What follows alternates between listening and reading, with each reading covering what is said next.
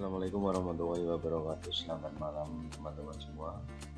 Salam sejahtera untuk kita semua.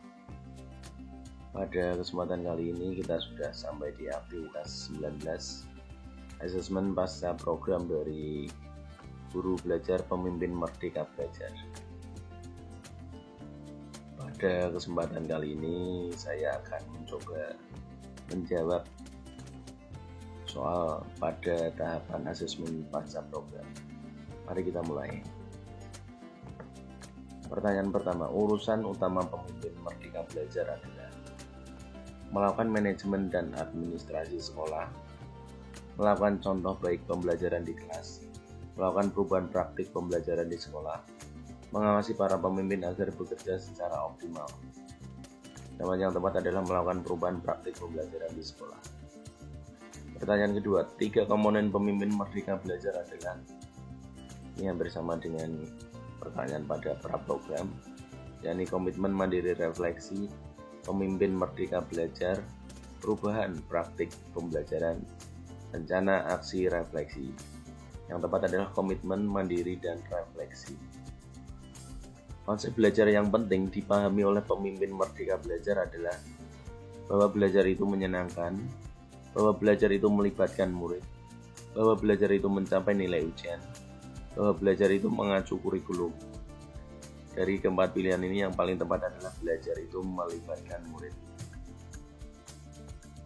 Pemimpin Merdeka Belajar yang meminta umpan balik dari orang lain berarti masih butuh pertolongan dari orang lain, malu karena masih melakukan kesalahan, melakukan refleksi untuk melakukan perbaikan, hanya membuat orang lain jadi kerepotan. Yang paling tepat tentu saja ini, melakukan refleksi untuk melakukan perbaikan ke depan.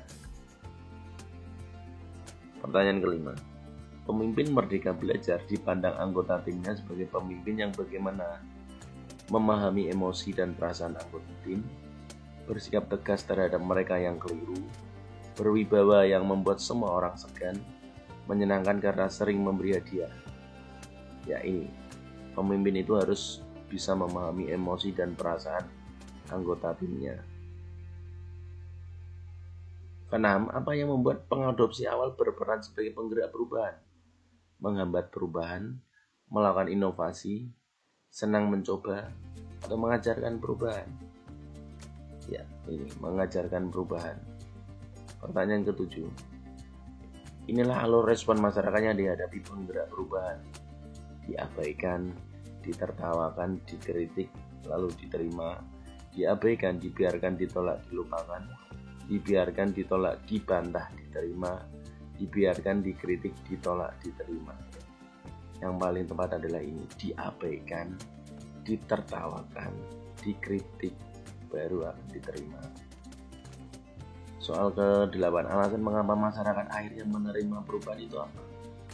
Karena diwajibkan pemerintah, terbukti manfaatnya, tidak ada pilihan lain, atau bersikap terserah. Masyarakat mau menerima perubahan karena terbukti manfaatnya. Siapa yang perlu diyakinkan untuk mendukung perubahan? Mereka yang menjadi inovator, mereka yang visioner terhadap perubahan, mereka yang menghambat perubahan, atau mereka yang enggan terhadap perubahan? Ini yang paling tepat. Mereka yang visioner terhadap perubahan. Apa manfaat teori penggerak perubahan pendidikan? Menjadi landasan teori kajian ilmiah, menjadi materi pada seminar pendidikan, menjadi panduan bagi penggerak perubahan, menjadi landasan bagi kebijakan pendidikan. Yang paling tepat saya rasa ini menjadi panduan bagi penggerak perubahan. Apa yang menjadi modal utama bagi penggerak perubahan? Kebijakan yang mendukung, relasi dengan pejabat pendidikan, relasi dengan orang tua murid, atau kapasitas diri sebagai seorang penggerak? Ya, betul.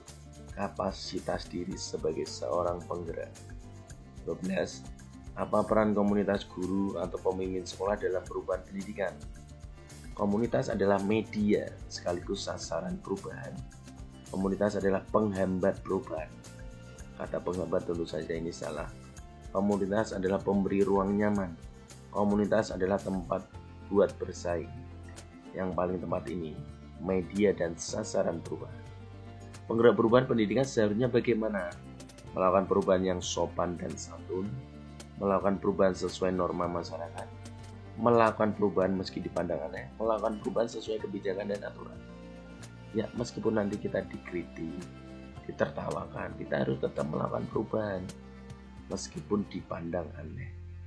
Setelah berhasil mempraktikkan perubahan, langkah penting penggerak perubahan itu apa? Pamer keberhasilan di berbagai forum, mencari dan mengajari pengikut pertama, menerbitkan keberhasilan ke jurnal atau media massa, memberi arahan pada semua rekan guru. Langkah pentingnya adalah mencari dan mengajari pengikut pertama.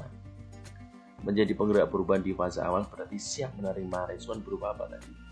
Diterima, ini tentu saja di akhir, ditolak, dipuji atau diabaikan. Ya, responnya adalah diabaikan.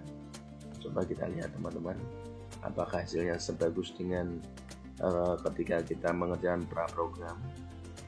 Mari kita lihat bersama-sama. Alhamdulillah ternyata masih sama teman-teman, kita benar semua. Nanti setelah ini bisa kita lanjutkan, klik here to continue. Baiklah teman-teman, demikian video saya kali ini. Terima kasih atas perhatiannya. Sampai jumpa lagi di video selanjutnya. Assalamualaikum warahmatullahi wabarakatuh.